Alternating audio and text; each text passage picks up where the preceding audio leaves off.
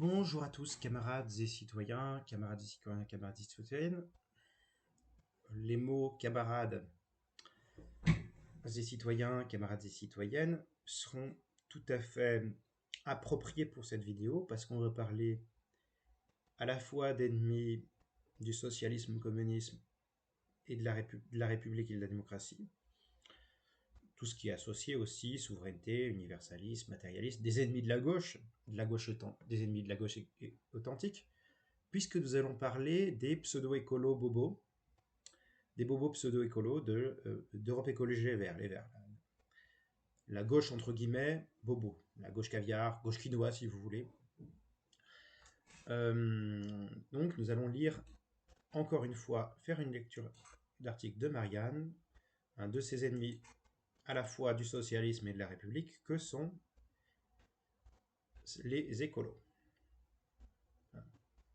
Donc cet article, c'est un article d'Adrien Matou, qui est un peu daté, puisqu'il date du 19 octobre 2020. Mais bon, rappeler un peu des événements passés dans l'histoire du temps présent, c'est nécessaire. Hein, même si l'information est légèrement datée, ça reste assez nécessaire. Parce qu'il y a des choses qui restent, qui sont assez permanentes. Donc cet article s'intitule Réappropriation culturelle. À 18 mois de la présidentielle, les Verts se bricolent un attachement à la République. Les déclarations de Yannick Jadot sur la sécurité et la laïcité ont rappelé que les écologistes qui souhaitent ouvertement exercer le pouvoir peinent sur les thèmes régaliens. À la recherche de crédibilité, le parti entend se réapproprier la notion de république pour en défendre sa propre vision. Derrière la micro-cacophonie, un débat existentiel pour Europe Écologie Les Verts, ELV, mi-septembre, Yannick Jadot, candidat déclaré pour l'élection présidentielle, a planté le décor en abordant ouvertement des sujets sur lesquels les écolos sont d'ordinaire peu disserts. La sécurité, il y a une violence qui se banalise. La laïcité, il faut faire le ménage dans les associations. La montée de l'islamisme, des groupes tentent de remettre en question la sécularisation, de sortir des lois de la République au nom d'une idéologie ou de principes religieux, c'est inacceptable. Des propos tenus dans l'Obs et agrémentés d'un pavé lancé dans la petite mare des Verts. Le burkini, ça n'a rien à faire dans une poussine. De quoi déclencher un petit psychodrame. Plusieurs responsables écolos se sont désolidarisés de cette pique en direction d'Éric Piolle, maire vert de Grenoble et putatif à la présidentielle, suspecté d'être complaisant envers les militantes d'Alliance citoyenne, une association qui avait organisé des actions coup de poing dans les bassins de sa ville. Indigénisme et penseurs décoloniaux. La polémique est vite passée, mais elle soulève des questions plus profondes. Ces écolos qui souhaitent présider aux destinées de la République sont-ils républicains? Ces derniers temps, la référence à la République est devenue un mantra. Emmanuel Macron, autrefois chantre de la Startup Nation, n'a désormais que l'unité de la nation, la souveraineté et la laïcité à la bouche. Désormais que l'unité de la nation, la souveraineté et la laïcité à la bouche. Face à ce retour d'un discours patriotique axé sur les thèmes régaliens, les Verts peuvent apparaître en décalage. Ils ont soutenu la marche contre l'islamophobie en novembre 2019. Leur tête de liste au municipal à Rennes prônait une écologie qui ne soit pas que blanche mais verte et populaire. Reprenons les poncifs de l'indigénisme. Plusieurs penseurs décoloniaux étaient invités aux journées d'été du parti à Pantin. Déjà évoqué, Éric Piolle a également été entraîné dans une polémique sur la sécurité, le ministère de l'Intérieur, Gérald Darmanin, l'ayant accusé de laxisme. Les sorties de Yannick Jadot ne s'inscrivent donc pas dans un contexte neutre. En privé, le député européen ne fait pas de mystère de ses intentions. Si j'avance si fort sur le régalien, c'est pour dire que si on ne rassemble pas autour de ce qui fait société, le pacte républicain, si la société ne règle pas ses factures, il n'y aura pas de transition écologique, confie-t-il. Comme si les Verts étaient encore trop immatures sur ces enjeux. Ouvrez les guillemets, le confort consiste à éviter les sujets compliqués qui peuvent créer des dissensions entre nous, avoue un cadre du parti. Mais Qui peut imaginer faire une campagne présidentielle en occultant la laïcité, le vivre ensemble, l'immigration? Quelqu'un qui ne veut pas gagner. Or, la majorité des écolos ne réfléchissent pas à ces sujets. Peut-être un signe, alors que ELV dispose de pas moins de 31 commissions thématiques. Pas une seule n'est consacrée à la laïcité.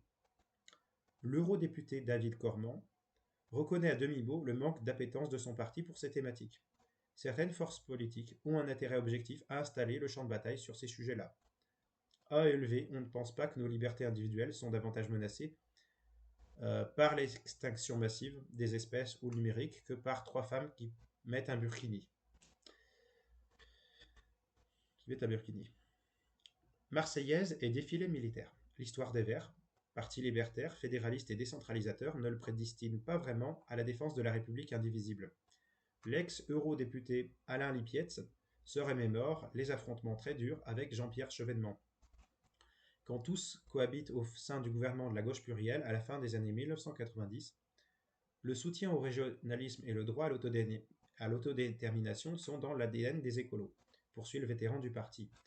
En matière de symbolique, on se souvient également de la proposition d'Eva Joly, candidate ELV à la présidence en 2012, visant à supprimer le défilé militaire du 14 juillet pour le remplacer par un défilé citoyen. Julien Bayou, aujourd'hui secrétaire général du parti, avait proposé de modifier les paroles belliqueuses de la Marseillaise après les attentats de janvier 2015. Soucieux de se bâtir une crédibilité, les Verts s'attachent néanmoins à convaincre qu'ils peuvent être à la hauteur en dehors de leur zone de confort. Cessons d'intérioriser ces injonctions régaliens et assumons notre propre grammaire, a martelé Julien Bayou lors du Conseil fédéral du 19 septembre. Le patron des Verts s'agace des critiques et les renvoie à leur propre turpitude. Un petit microcosme s'auto-persuade que nous ne serions pas crédibles. Si la seule manière de l'être, c'est de gueuler sécurité le plus fort, c'est sûr qu'on n'est pas comme ça. Darmanin joue les matamores et fait notre procès. Nous, on demande plus de moyens humains et une police de proximité. Sur RMC, Éric Piolle défendait la même ligne en juillet. Depuis l'arrivée de Nicolas Sarkozy à l'intérieur en 2002, la police a été brisée en termes d'effectifs et de formation. Il y a une urgence à réinvestir avec de la présence humaine. Sur la laïcité, Bayou contre-attaque aussi, réaffirmant son attachement à la loi de 1905, qu'il affirme relire régulièrement, au contraire des experts en carton qui désinforment. Nous n'assumons pas de céder à la démagogie et de ne pas instrumentaliser la laïcité pour stigmatiser les musulmans, avance le secrétaire général. Que l'on combatte l'islamisme radical, évidemment, c'est une menace pour la République.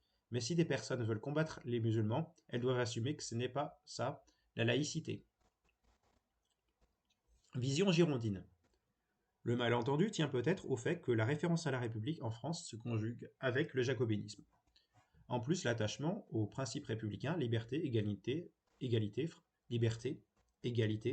fraternité, laïcité, elle implique une défense de l'indivisibilité du territoire, de la souveraineté nationale, d'un universalisme insistant sur le commun plutôt que les minorités. Autant de notions qui donnent de l'urticaire au vert. On se distingue d'autres traditions, mais ça ne veut pas dire qu'on est moins républicain, argumente David Corman. Historiquement, la République s'est construite dans une approche jacobine, centralisée, unificatrice, voire uniformisatrice. Notre vision est plutôt girondine. Pour nous, la République est le moyen de faire vivre ensemble des gens différents. Les Verts sont ainsi des régionalistes convaincus. Leur projet est à terme de transformer la France en un État fédéral grâce à la promotion des cultures et langues minoritaires de l'espace français, mais aussi à l'obtention pour les régions à l'identité particulière d'un statut administratif propre. Fait peu relever, ELV s'était allié aux autonomistes corses de Gilles Simeoni durant la campagne des élections européennes. Les 15 communes ayant le plus voté pour les Verts se trouvaient sur l'île de Beauté. Fédéralistes à l'intérieur du territoire français, les Verts le sont également à l'échelle du continent et défendent avec constance la dilution de la souveraineté française dans le cadre d'une Union européenne au pouvoir renforcé. Certains posent comme postulat que l'écosystème naturel de la démocratie ne pourrait être que l'État-nation, avance David Corman. Ça se discute, il y a d'autres espaces où a vocation à s'exprimer la souveraineté populaire. Mais même s'il reconnaît que l'UE est une démocratie inachevée, l'écologiste affirme qu'il est dans l'intérêt objectif des États de s'appuyer sur l'UE pour pouvoir disposer d'une souveraineté qu'ils n'ont pas, n'ayant pas la masse critique nécessaire pour l'exercer.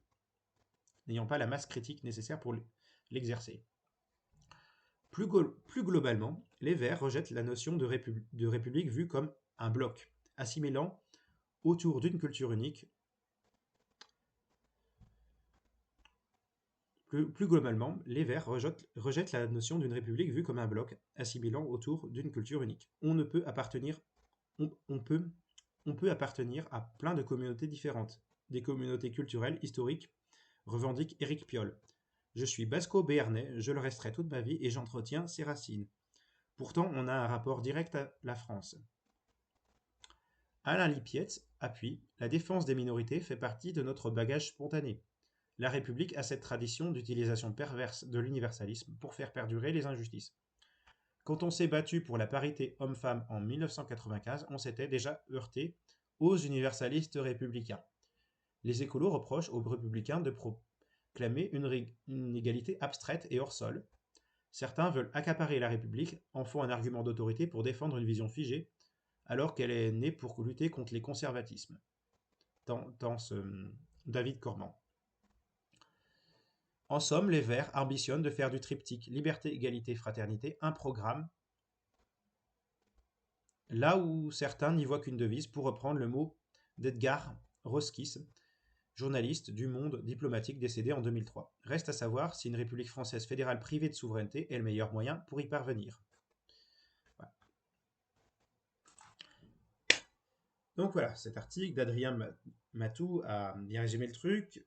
Nous avons affaire à des Girondins, des petits bourgeois girondins quand on parle d'Europe Écologie Les Verts. Ces gens-là sont des ultralibéraux qui sont un lobby fédéraliste européen, et c'est du pipeau lorsqu'ils se disent républicains. Ils sont contre l'égalité en droit, clairement, puisqu'ils veulent l'obtention de droits particuliers pour des régions, pour des communautés. Ils ont une vision individualiste libérale. Ils sont fédéralistes européens, donc pro-libre-échange et antisociaux, donc ils ne sont sûrement pas pour une égalité sociale, économique, ou une égalisation sociale et économique.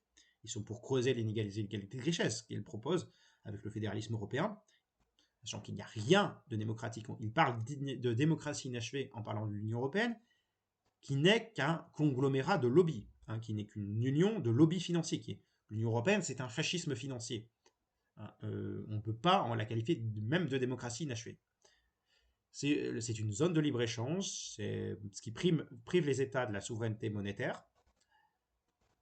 Les élections européennes, comment dire, on peut dire que le Parlement aux élections européennes, qui a assez peu de pouvoir aux élections européennes. La citoyenneté européenne, l'appartenance à l'Union européenne, la citoyenneté européenne, c'est assez bidon, le sentiment d'appartenance à l'Europe. Voilà, ils ne seront jamais républicains, ce seront toujours des traîtres à la France, des traîtres à la République. Ensuite, quand ils parlent de parité, franchement, l'égalité homme-femme, c'est pas la parité. L'égalité homme-femme, c'est pas de demander, quand ils se disent opposés aux universalistes républicains pour défendre la parité. Si vous voulez l'égalité homme-femme, vous n'êtes pas dans la parité. Vous jugez un homme ou une femme par rapport à ce qu'il est en tant qu'individu. Et pas si par exemple vous voulez la parité dans les conseils d'administration. C'est une mauvaise idée sur la question de l'égalité homme-femme. Parce qu'en fait, vous allez faire une différence selon le fait que cette personne soit un homme ou une femme. Alors il faut juger cette personne sur sa compétence, sur ses mérites propres. Sinon, c'est du paternalisme, c'est du clientélisme. On va pas faire des distincts. On va pas faire. En fait, il faut juger les personnes pour ce qu'elles sont. D'ailleurs, bon, si on parle de conseil d'administration, je suis pour que ça soit plutôt les ouvriers et non les membres des actionnaires privés. Mais bon, ça c'est autre chose.